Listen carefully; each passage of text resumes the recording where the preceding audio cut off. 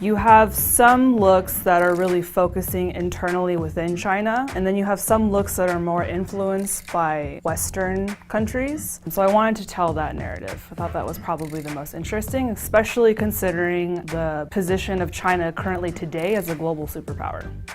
In the 1910s, you have young women who have really high collars and these split bangs that go across their head. I would say that that look is representative of women who are probably middle class. If you're thinking poor women, they don't have time, they don't have the financial resources to be specific about their hair, their clothes, or their dress, or even afford photographs at that time.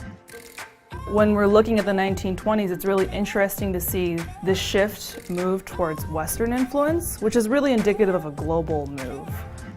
During the 1930s, you had what was the emergence of the Shanghai girl.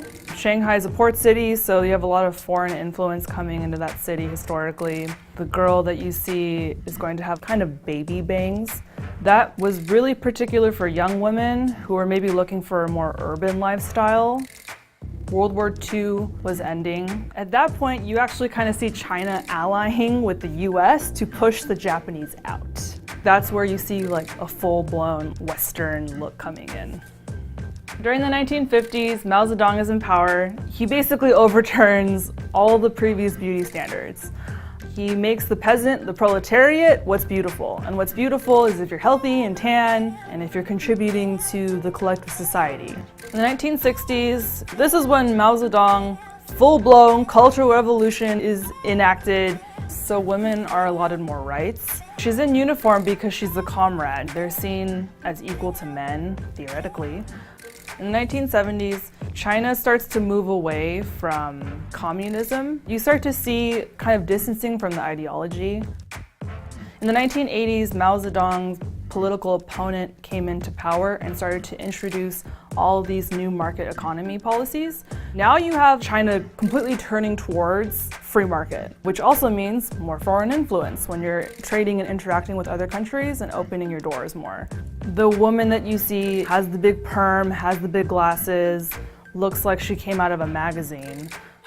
In the 1990s, you see a lot of influence coming in from Hong Kong. So that short bob with the bangs and the headband, that's kind of cute and schoolgirlish. Hong Kong obviously had a great deal of foreign influence. If you're a young person in mainland China and you're watching Hong Kong movies, then you're probably going to start to mimic the fashion, the dress, the makeup, the hair. To counter what Hong Kong had developed as a film and entertainment industry, China had the 4 Dan actresses. One of them, which is internationally famous, is Zhang Ziyi. At that time, I think everything was focused on Hong Kong and Taiwan.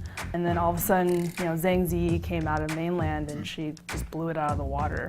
She has that really kind of classic Chinese beauty. Dark black hair, really, really minimal makeup, pale face.